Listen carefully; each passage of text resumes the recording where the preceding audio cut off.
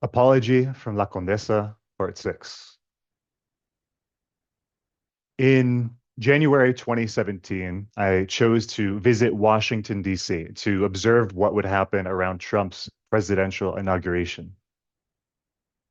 I had seen online that there would be a lot of events happening at that time, including protests. While I had time in the morning, I visited Calvary Baptist Church and spent an hour praying alone in the sanctuary. That afternoon, I visited an Episcopal church where there was a protest training occurring with crowds of activists learning proper techniques for staying safe, practicing de-escalation, and standing your ground in front of aggressive riot police. I walked to Franklin Park, which is near the White House, and in the streets, there was a heavy presence of police, National Guard, armored vehicles, and protesters. Every 15 minutes, there would be a couple hundred members of the Black Bloc, Antifa, marching through the streets chanting, "No Trump, no KKK, and no fascist USA." I met the Reverend, who is one of the leaders of the Poor People's Campaign for Economic Justice. I asked him for a place where I could sleep, and he allowed me to sleep on the stage they had constructed there in Franklin Park, in front of the Washington Post building. Wearing only a jacket and jeans as it was below freezing, I laid there shivering underneath the drum set, underneath a tarp. I was barely able to sleep, and I had to go to McDonald's to use the bathroom in the middle of the night. All along the streets, there were people huddled together, freezing, covering themselves with insulation, newspapers, or whatever they could find to stay warm. Many were drinking to numb the pain, and everyone had a look of tired desperation on their faces. On the morning of January 20, 2017, DC roared awake, and the city was quickly packed with obese white people in red hats making their way toward the National Mall. At the same time, there were all sorts of leftist protesters advocating a dozen different causes, from water pollution to abortion to immigrant rights. On every corner, arguments had broken out between Trump supporters and protesters, which of course devolved into name calling and sometimes throwing items. The tens of thousands of protesters gathered to block multiple entrances to the inauguration, chaining themselves with their arms or with literal chains in order to form a human shield, putting their safety on the line to stand up to authoritarianism. I observed as the crowd chanted and as the police gathered to form their plan. After a few minutes, the police charged into the crowd, attempting to snatch people away. In 5 seconds, the crowd had dropped to the ground, arms linked, not letting anyone go. One cop grabbed me and pushed me up against a brick wall in an effort to kidnap the gentleman next to me. He dropped his handcuffs, and as he turned away from me, I picked them up. He wasn't able to take anyone away.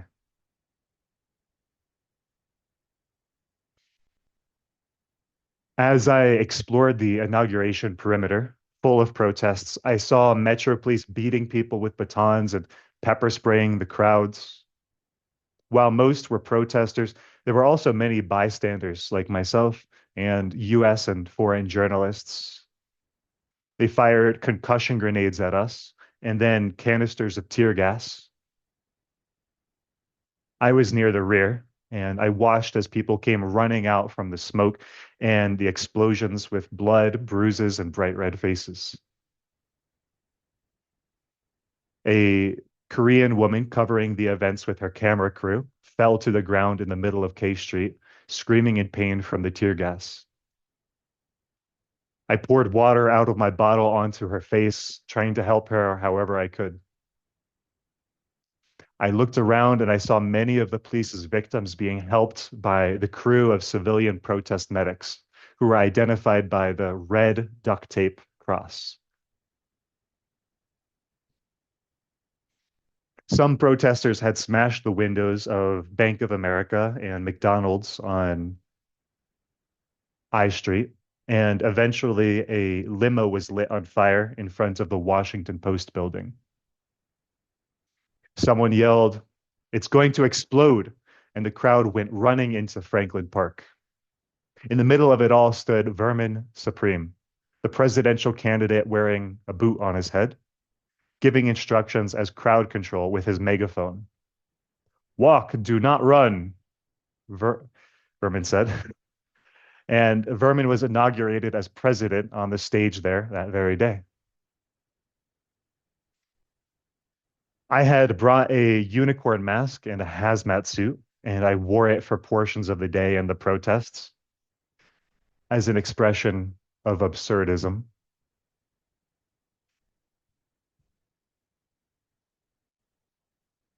And in the evening, I had planned to take the DC Metro to my brother's house outside the city, but I discovered it apparently doesn't run into the night as the New York City subway does. So I found a place to stay at a church where at least 50 protesters were sleeping as part of the Disrupt J20 campaign. I set up my spot on the floor and I took a picture of the space as I did with everywhere I went. As I brushed my teeth in preparation to go to sleep, 10 people stood outside the bathroom and interrogated me. They asked why I had taken a picture and demanded it to be deleted, which I did. Then they declared me to be a right-wing infiltrator and ordered me to leave the church building. So I wandered the streets of Washington Heights in below freezing weather, and at midnight entered a 24-hour IHOP and ordered all-you-can-eat pancakes. And I sat there for 4 hours eating multiple rounds of pancakes very slowly. At around 4 a.m., I left and went around the corner and I napped in a bush, which was a nice spot because I could see out, but no one could see in. Then I took a bus to Washington International Alliance Church and intending to attend their Sunday service, I slept in their bushes until 7 a.m. And at that point, I was too tired. So I walked to Chevy Chase, Maryland, and I took the metro to my brother's house in Virginia to sleep.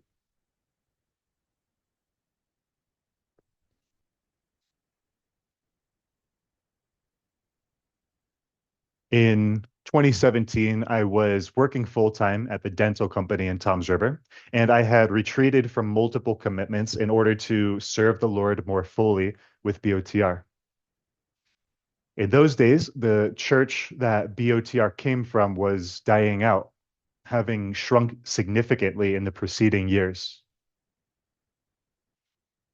It was 30 minutes away in Manahawkin, New Jersey. The leaders at BOTR prayed, discussed, and decided to take a leap of faith to dive headfirst into revitalizing that church. This was a risk because BOTR had recently sent out two separate church plants in the past year. PB and V, his wife, attended a Sunday service and basically announced that the church was closing and would be entering a years-long process of restoration. Thus, we began to spend a lot more time there. And we started hosting Saturday evening dinners and services. One evening, 100 or so of us walked out to the sign in front of the building. We dismantled it and we began calling the church Fresh Start as an interim new name. Later, it was called MSA. I think PB and the leader team handled this whole process exceptionally well. The church in Manahawkin had offended and hurt many people over the years, and at that time as well. They sent letters out to a long list of former attendees, apologizing and asking for forgiveness. They invited anyone and everyone to come, visit, and seek reconciliation. We set up multiple rooms with chairs facing toward each other and Bibles open to Matthew 18, in which Jesus talks about how to handle conflict, going directly to the other, admitting fault, forgiving. The reality is that most of us were new and had nothing to do with the prior conflicts, but the leader team had the humility and maturity to ask for forgiveness, initiating the process of healing relationships within the church and toward the broader community outside the church. I have never seen another church do something like this. Typically, churches ignore and dismiss past wounds and fail to go through the necessary process of forgiveness, healing, and reconciliation, which leads to more people being wounded in the future.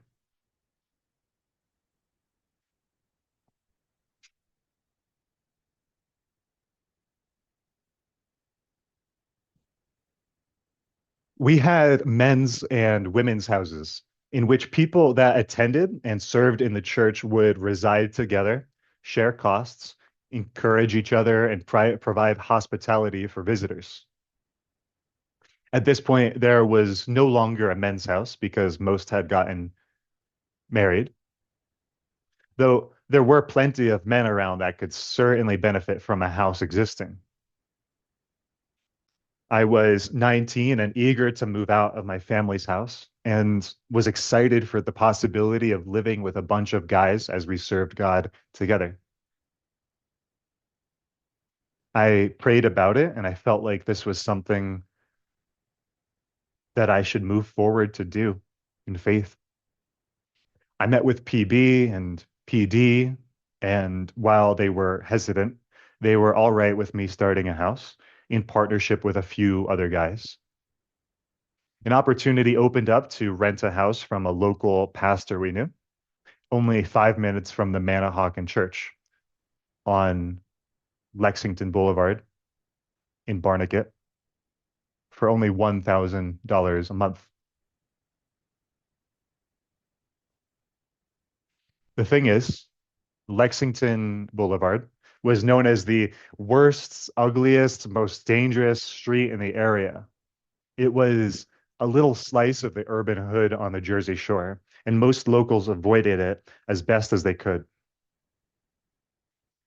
For some reason, it was an enclosed Section 8 complex with row housing. It included 4 streets with only one way in and out. Why? I don't know. Groups of men with their pants falling down would stand at the entrance and try to intimidate anyone going in or out, sometimes standing in the road to block it. I imagine this was because they were trying to protect their gang or drug territory. The houses were lined with trash, from broken bicycles to ripped open garbage bags to whole patches covered with shards of glass. Rap music blasted from the back of the neighbors' beater cars.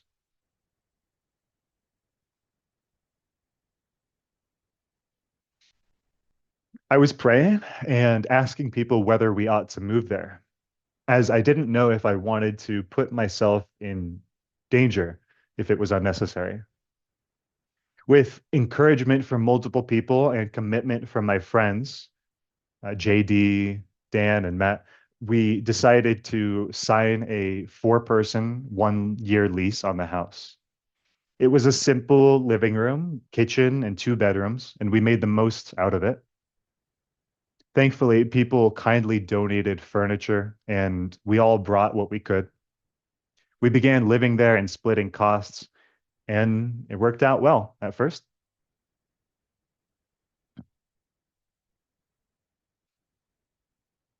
Our friend had met a guy, Jay, who had been a heroin addict for 30 years and was sleeping in the drainage pipes in the woods nearby. Jay came to visit the church, and other guys in the house invited him over for pizza. One thing led to another, and Jay surrendered his life to Jesus and decided he wanted freedom from his addiction so that he would live to see his beloved 3-year-old son grow up. We invited Jay to stay at the house, and he applied to Keswick, the local Christian addiction recovery program. In the next 2 weeks, we supported Jay as he went through withdrawal, sweating his ass off on our couch. Matt brought him to Keswick, and even though he still failed the drug test, he was invited into the program and over 4 months got clean from drugs and learned how to live sober and to cope with issues in a healthy way. Jay came back to live with us and to serve at the church after the program, and multiple others came to stay with us also. Some men in their 20s would visit or live with us, but rarely did it last long. One thing or another would happen and they wouldn't be able to pay or they would go back home. At the high point, we had 10 people in the house, four in one bedroom, three in another, and three on couches in the living room. You could imagine it was a challenge to keep it clean. A French architectural intern was working with our pastor's contracting firm and began staying with us as well. He had been invited back after interning the prior year, and on his visit to the US, he chose to surrender his life to Jesus through the influence of many people.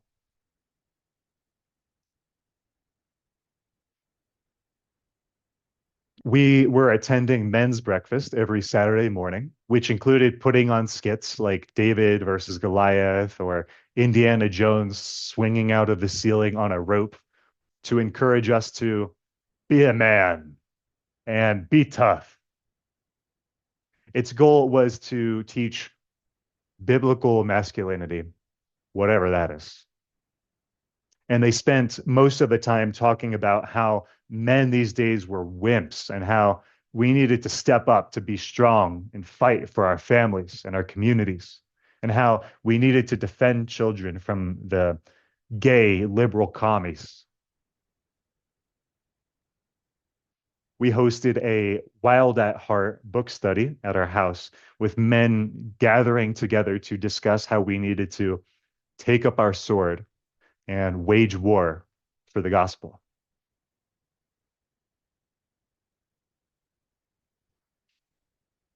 Someone JD knew from high school, DY, showed up high on multiple drugs, hardly mentally present in the room, and he ended up surrendering his life to Jesus and getting a sword tattooed on his arm. We helped him over the years, and he's still around today after years of back and forth. And that was a typical story. We met many people and we tried to help so many out of the destructive and addictive lifestyles they were in. We took risks letting people into the house. And one guy that I met while he was homeless in Tom's River stole our cash, PlayStation, and camera. This was all on a police security camera as we reported it, and the police were surveilling all of Lexington, but they did nothing about it. C'est la vie. I was tired of working in a cubicle full time and commuting an hour round trip. So I wanted to commit my time to serving God and investing in the work that God was doing at our church plant in Manahawkin. In faith, I quit my job. trusting that God would provide as I served him. He didn't provide. He didn't provide funding for my ministry, and I had to work to raise my own money in order to give it away. I worked part-time through the summer painting these $1 million homes on the beach, which was a gracious offer from one of the leaders at the church that owned the business.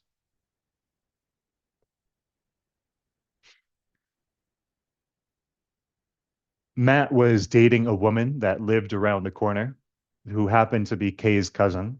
And one day he disappeared for 3 days and walked back into the house with an intense look on his face, unwilling to discuss anything.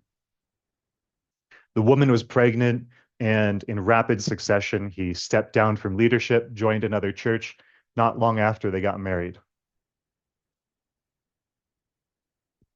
I was babysitting for the attendees of the wedding. They were both genuinely kind people that I admired, but they quickly disappeared.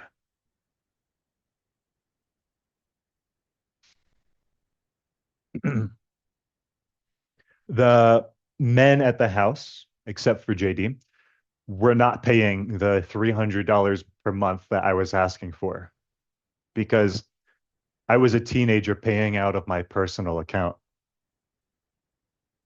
We all worked part or full time at the church and used their own money to fund meals, transportation, and run ministries.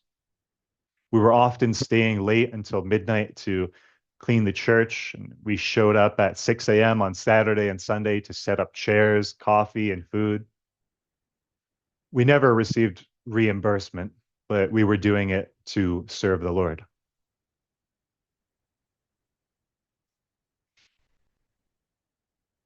While we were renting the house, we consistently sought to be a light in a neighborhood troubled by crime, broken families, and poverty. We went around building relationships with families from around the development, inviting them to church and then bringing carfuls of youth from the Lexington neighborhood to youth group and church events where they would find loving, friendly, supportive people. We went around the neighborhood shoveling snow, picking up trash, or even offering free ice cream to our neighbors. Although it was a rough area, the locals had respect for us because they knew that we were there to help. And there were others who were working daily to love people and help local families in the name of Jesus. KS and NE, for example, continually sacrifice their time, their money, their efforts to care for the poor, investing years in the same neighborhoods and different generations of youth. Their efforts were often overlooked, but eventually they found more volunteers and funding. Annie picked up trash off the street and went dumpster diving in order to find items she could give to people or sell. And she worked a side job in order to fundraise so that she could continue being a blessing to those God placed in her path. She went above and beyond to serve at MSA and to practice hospitality and generosity to whomever she could. And I had the privilege to share a meal with her before I left. NE kindly supported me with a donation as I eventually began serving as an IW.